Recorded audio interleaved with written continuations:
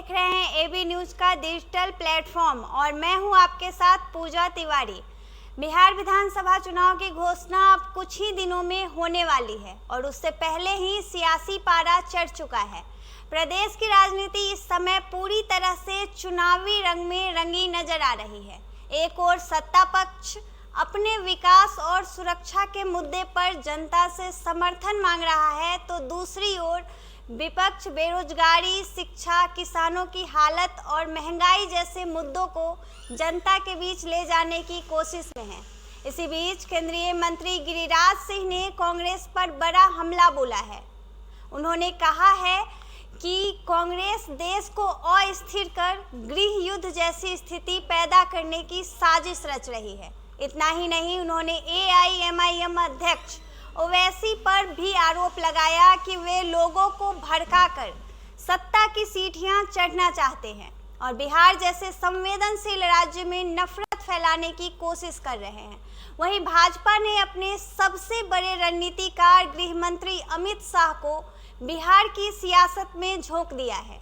शाह शनिवार को बिहार के दौरे पर पहुंचे और कई जिलों में बैठकों का आयोजन किया।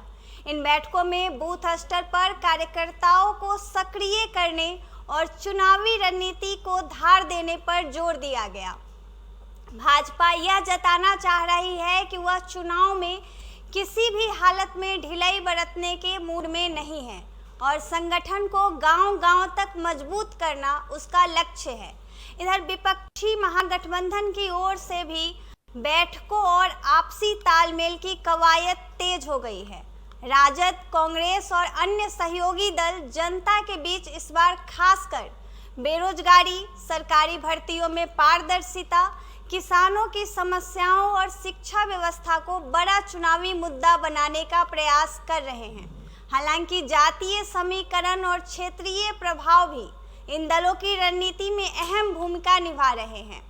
AIMIM जैसी छोटी पार्टियां भी अपने प्रभाव वाले इलाके में उम्मीदवार उतारने की तैयारी में हैं, जिससे कई सीटों पर सीधा असर देखने को मिल सकता है और मुकाबला त्रिकोणीय या चतुष्कोणीय भी बन सकता है। अगर जनता की नब्ज की बात करें तो गांव और शहर दोनों इलाकों में चुनाव को लेकर चर्चाएं तेज हो चुकी है। चाय की दुकानों से लेकर खेतों के रास्तों तक, कॉलेज कैंपसों से लेकर मंडियों तक, हर जगह यही चर्चा है कि इस बार कौन सत्ता में लौटेगा और कौन विपक्ष में बैठेगा। जनता इस बार रोजगार, विकास और कानून व्यवस्था जैसे मूलभूत सवालों को लेकर जोरदार तरीकों से सरकार और विपक्ष दोनों से सवाल पूछ रही है। हालांकि बिहार की राजनीति में जातीय समीकरण और धार्मिक ध्रुवीकरण को भी नजरअंदाज नहीं किया जा सकता।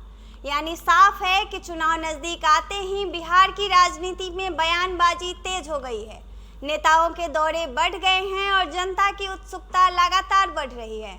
आने वाले दिनों में जैसे जैसे चुनाव की तारीख घोषित होंगी, वैसे वैसे सियासी रुख और तीखे होंगे और चौंकाने वाले समीकरण भी सामने आ सकते हैं।